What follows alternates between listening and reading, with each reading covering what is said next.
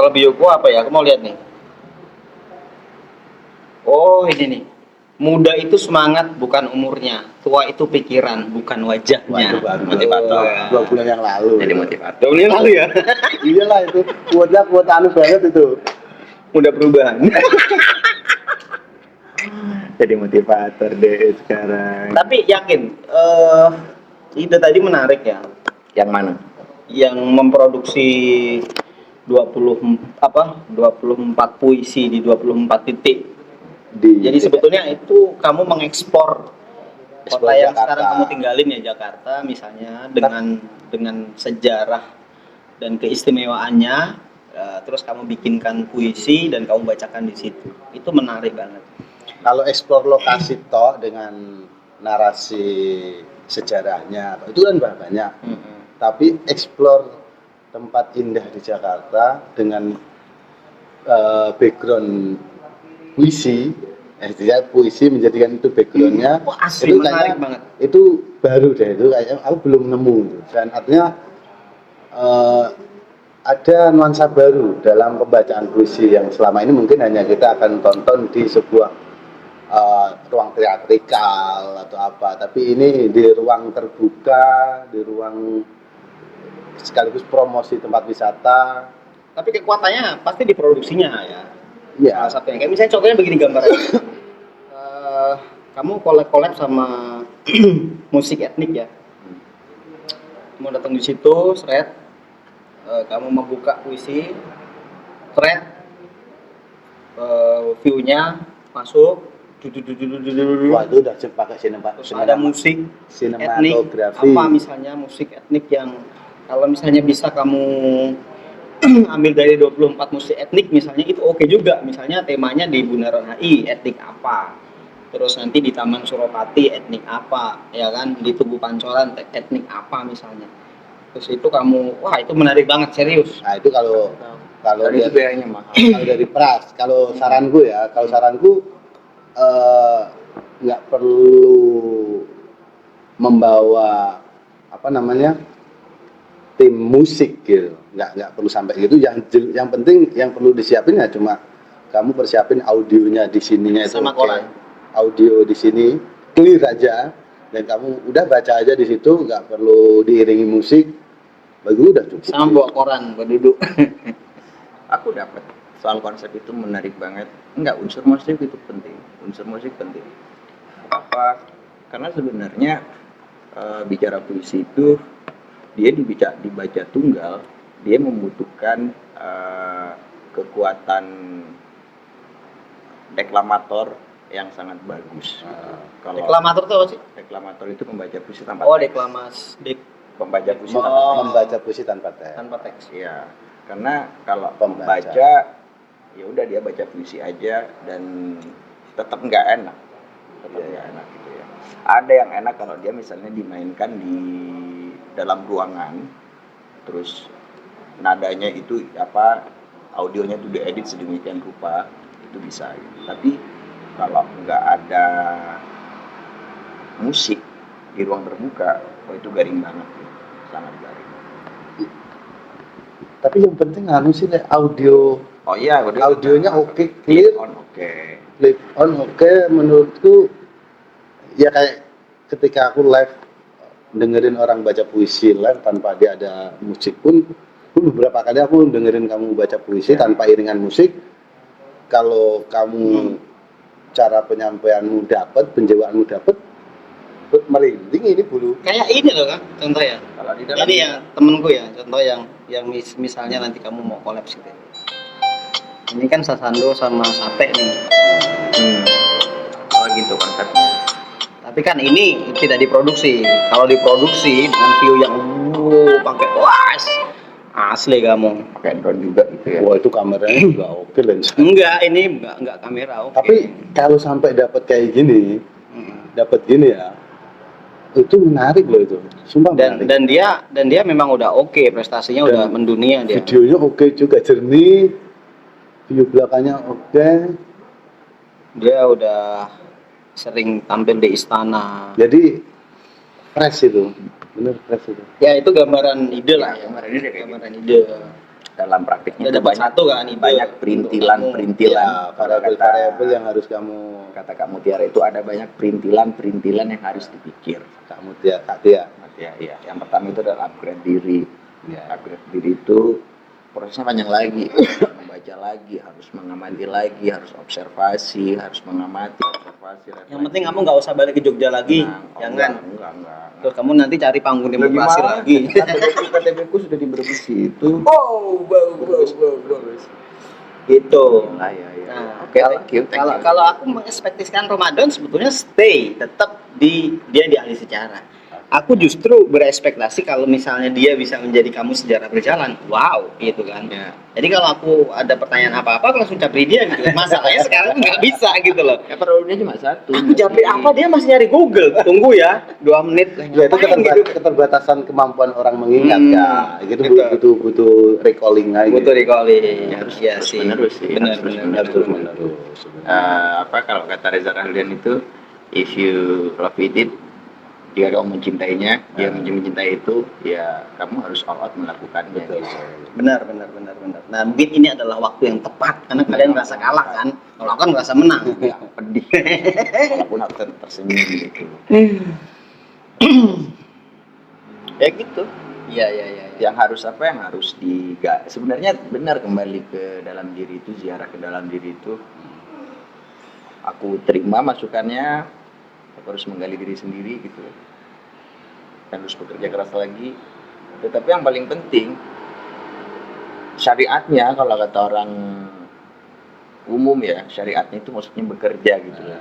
Bekerja sehari-hari, tugas kita itu pasti. mengolah tanah, membajak sawah. Ya, tetap harus kita lakukan. Kan sebenarnya gini Kang, bohong kalau kita bilang kita nggak punya waktu, itu bohong. Bohong banget. Waktu itu masalah prioritas loh. Bohong banget kita Iya nggak kan? punya waktu itu, sumpah banyak waktu yang terbuang. Banyak waktu yang terbuang, bener. Sumpah. itu masalah prioritas doang. Iya. Gitu loh. Mau apa enggak Mau sebenarnya? apa enggak, Sebenarnya di situ. segera apa enggak. Dan memang itu juga ditentukan dari circle. Lagi-lagi kita Iya, ngomongin iya. circle dari 4 Betul, tahun yang lalu gitu betul, kan. betul. Aku sih tidak pernah mengatakan bahwa kita pernah gagal atau kita sedang gagal, apapun yang kita rasain. Kalau aku memilih untuk menganggap itu sukses, meskipun kadang tertunda gitu ya. Iya. Kayak sekarang ini nih, Iya. nggak apa-apa kita sukses tapi tertunda gitu kan. Jadi kita merawat mindset gitu kan, merawat harapan tuh biar tetap istiqomah, standby di situ gitu kan. Bahwa aku pernah punya cita-cita dari 4 tahun lalu bisa membangun ini itu, tapi sampai hari ini belum kebangun, ya nggak apa-apa. Toh kita hari ini masih melakukan hal yang sama untuk misi yang sama gitu loh. Jadi aku masih ada harapan besok pagi itu ada kesuksesan gitu loh Kang. Benar. Aku sih seperti itu sebenarnya gitu loh. Tapi memang benar itu harus dimulai. Sebenarnya aku udah kayak berjanji terhadap diri sendiri itu berkali-kali ya. Jadi ya selain kesibukanku kemarin aktif di relawan ya, itu kan saya sebenarnya juga punya tugas yang itu udah melekat, yaitu kontributor dalam salah satu media online ya. Internasional. Enggak, Ya. media online, salah satu media online, tapi dan itu aku nggak bisa disiplin pada diriku sendiri. Mestinya kan pagi aku sudah stay, malam itu dari aku tidur sampai mestinya ngapain waktu sepanjang itu kan mestinya aku cari bahan. Cari bahan yang pagi itu udah eksekusi, aku ready udah. Tapi aku kalah sama TikTok, kalah sama Twitter, kalah sama YouTube. Yang itu apa sih sebenarnya yang sudah aku lakukan? Nggak ada apa-apa itu di situ. Artinya nggak tahu, ada aku juga muak dengan diri sendiri istilahnya itu. Apa benar itu karena faktor tidak punya goal yang terlihat gitu? Iya. Karena dia tidak punya goal yang nampak gitu ya, yang dia matok, aku golku sini gitu. Bisa jadi karena nggak Sehingga dia nggak disiplinnya pasang. lemah gitu. betul. Karena aku meyakini iya. bahwa tanpa goals yang nyata, yang kita patok sendiri, yang kita tulis sendiri, yang kita komit dengan goals itu, maka secara otomatis disiplin tidak akan ada. Iyalah. Gimana mau disiplin orang kita nggak pengen banget dengan itu kan? Nah, masalahnya itu untuk mencari goals itu atau menentukan goals itu bingung nggak? Iya. Nggak tahu itu yang terjadi di diriku atau hanya diriku doang, apa orang lain juga ada yang merasakan, mengalami serupa gitu. Kalau iya. Makanya kan saya kadang iri sama orang-orang yang dia bisa menentukan goals hidupnya gitu. Keren ya, mereka maksudnya diberikan kemampuan untuk ada titik yang harus dia capai gitu. Nah mungkin aku pengen menumbuhkan itu, caranya gimana gitu. Macam-macam, banyak cara sebenarnya. Kita membaca, mengamati, belajar kepada pengalaman orang, tetapi mediumnya adalah sekarang audio sama visual. Bahkan kita mungkin cenderung memprioritaskan di nomor urutan kesekian tentang buku-buku yang ada kaitannya dengan Never Give Up misalnya, atau Cat Sukses. Yang itu tidak bicara motivasi ya, tetapi lebih kepada terapan gitu misalnya. Misalnya bangun jam 5 pagi, olahraga apa segala macam, itu kan ada yang ketat banget ya. Dan itu hanya butuh waktu 21 hari katanya. Kalau 21 hari itu terjadi, berjalan dengan baik, maka di hari ke-22 nextnya itu nggak enak kalau nggak melakukan itu. Tetapi lagi-lagi goals itu yang utama gitu, yang harus ditancapkan. Misalnya aku pengen punya rumah tahun 2026 lah ya, waktu 2 tahun. Rumah yang seperti apa gitu. Ketemu harganya, aku harus ngapain, pekerjaanku segini gitu kan. Apakah aku harus buka usaha, atau aku tetap, misalnya kamu mau jadi sejarawan, apakah aku akan menekuni podcast Tanya Sejarah di YouTube gitu, yang sekarang konten sejarah itu sangat-sangat diminati gitu. Istilah aku sepanjang malam hanya menonton sejarah gara-gara diskusi kemarin itu ya, tentang sejarah bagaimana proses bangsa Arya merebut wilayah Dravida gitu misalnya. Dari A sampai Z gua tonton di beberapa channel gitu kan. Nah mereka dapat duit dari situ gitu. Kenapa Bapak S1 sejarah, S2 sejarah yang punya buku 8 biji tentang sejarah semua di Spotify dia malah disembunyiin di bukunya. Ya tapi itulah manusia. Kalau menurutku gini Kak, siapa lagi kalau bukan kawannya yang ini? bener. Jadi itu masalah kesabaran sih. Masalah kesabaran dengan cita-cita. Kita semua tuh punya cita-cita sebenarnya. Tapi cita-cita itu seringkali tenggelam dan timbul. Enggak, tenggelam dan timbul. Tenggelam. Iya. Lagi-lagi pemilihan kan, masalah pemilihan kan. Kayak Prabowo 2009 timbul, tenggelam aja sono. Sekarang timbul lagi gitu kan. Jadi cita-cita itu sebenarnya timbul dan tenggelam. Tapi ada orang yang stay, sabar dalam merawat itu sehingga dia menunggu kapan nih timbulnya. Ketika timbul itu kan sebenarnya tertrigger karena sesuatu nih, misalnya tertrigger karena sakit hati, tertrigger karena misalnya terdesak, atau karena dapat inspirasi dari orang lain gitu kan, sehingga cita-cita 5 tahun lalu dirawat terus, tapi ada satu momen terdesak itu tadi sehingga ini timbul dan ada keinginan yang lebih tinggi, lebih besar untuk mencapai itu. Nah, aku membahasakan sebenarnya gini, cita-cita itu akan diraih ketika seseorang punya obsesi. Obsesi itu adalah cita-cita yang punya gairah.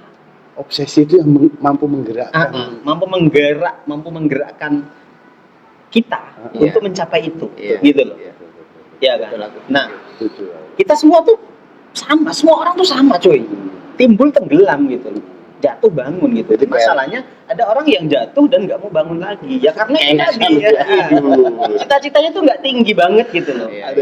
Gairahnya tuh nggak hidup. Nah, makanya sama, aku juga ngelakuin dan ngerasain hal yang sama, tetapi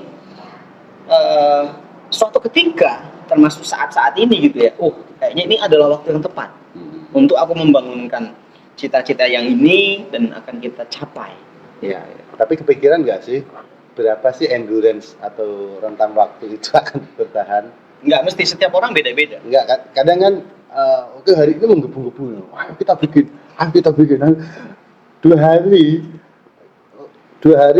nggak kesentuh aja bisa loyo itu, bisa nggak jadi tuh barang. Tapi kalau itu cita-cita beneran akan berbeda loh. Ini contoh aku menemukan seseorang yang dia punya keinginan untuk membangun sekolah. memintarkan orang lah ya. Itu baru terjadi setelah 25 tahun hidupnya. Dan Tapi selama sungguh-sungguh ya. ya aku nggak ngerti. Iya. Selama 25 tahun itu dia bekerja, dia memenuhi kebutuhan hidupnya gitu kan. Dia berkarir seperti halnya orang di kantor, di tempat kerja. Ya. Sementara cita-cita dia ini dia simpen terus. Dan dia nggak tahu kapan akan muncul dan benar-benar dia dapatkan gitu kan. Setelah 25 tahun dia dikasih rezeki yang cukup gitu kan. Dia bangun sekolah, ya kan. Beberapa asetnya dia dijual. Dia bangun sekolah itu dan dia bilang, alhamdulillah aku udah bisa mewujudkan cita-citaku 25 tahun lalu gitu loh. Berarti kan dia hanya butuh merawat itu aja sih sampai 25 tahun gitu loh. Untuk cita-cita ini gitu kan. Mungkin cita-cita yang lain udah tercapai, tapi yang ini belum gitu loh. Mungkin sih kayak gitu sih. Yang pasti ditulis. Tapi aku nggak mau menggarisbawahi yang tadi itu soal aku menarik dengan kata ini adalah saat yang tepat untuk melakukannya. Artinya waktu yang baik untuk melakukan langkah pertama untuk mencapai goals tersebut adalah hari ini dan sekarang. Terus dia bilang juga yang penting adalah sabar. Sabar itu yang akan mengontrol sebagai controlling terhadap apa yang kamu sebut sebagai di hari pertama dan kedua menggebu-gebu gitu. Seolah-olah aku melakukan sesuatu ini 2 hari ini, 2 hari sudah langsung tercapai gitu kan, padahal tidak. Itu proses yang ya kita tidak tahu durasinya sampai kapan. Nggak sabar itu ya. Tetapi kan dengan sabar, dengan mengukur ritme itu, kita tahu. Nah di situ plannya kan ada apakah 3 bulan akan mencapai apa, evaluasi, 3 bulan lagi kita evaluasi. Mungkin di situ tercipta yang namanya triwulan gitu. Iya. Nah, itu soal kesabaran ya. Itu persis yang aku alami. Jadi akhirnya dia itu punya durasi. Jadi kayak punya durasi. Jadi jadi waktu itu konten sejarah di TikTok itu masih belum ramai. Belum lah. Aku bikin yang namanya akun konten tanya sejarah di Hanya TikTok. sejarah. Dan itu Pak, sumpah itu view-nya Gila-gilaan. Dor semua itu. Dan aku terpacu dengan view bahkan sampai tengah malam jam 2 bangun masih belum bisa tidur dulu. Aku kepikiran itu garap langsung seketika upload seketika itu. Sebulan itu energi aku lemas, capek, terus langsung kayak udahlah nanti. Ya, sampai akhirnya gebu-gebu kan. Iya, itu terjadi fakta real itu. Karena mungkin itu belum nyampe pada yang namanya yang disebut dengan bekerja itu hiburan gitu. Melakukan itu healing gitu. Happy gitu. Betul. Kayak misalnya tadi ya, semua punya kewajiban gitu ya, punya cita-cita gitu. Masing-masing pihak punya cita-cita, masing-masing pihak punya kewajiban yang nyata gitu. Itu persis sekali dengan kawanmu yang 25 tahun baru bisa mencapai goalsnya yang mulia itu, mencerdaskan anak bangsa gitu. Cita-citanya adalah membangun sekolah, tapi dia punya kewajiban menghidupi dirinya sendiri dan keluarganya gitu kan. Barangkali masing-masing diri kita juga begitu. Kita punya cita-cita yang besar, tetapi bukan berani dan percaya diri untuk menuliskannya dalam agenda besar itu. Iya, benar. Gitu. Lalu karena belum percaya diri, mungkin karena belum punya modal, pengetahuan yang kurang, pengalaman yang terbatas, circle yang terbatas juga, rekanan, segala macamnya itu, akhirnya kayak ya udah deh nanti aja aku menuliskan cita-cita itu gitu. Sampai akhirnya kita lupa bahwa kewajiban sehari-hari itu sebenarnya mengarahkan kita pada satu tempat saja, monoton, Iya, dan pasti begitu. dan gabut.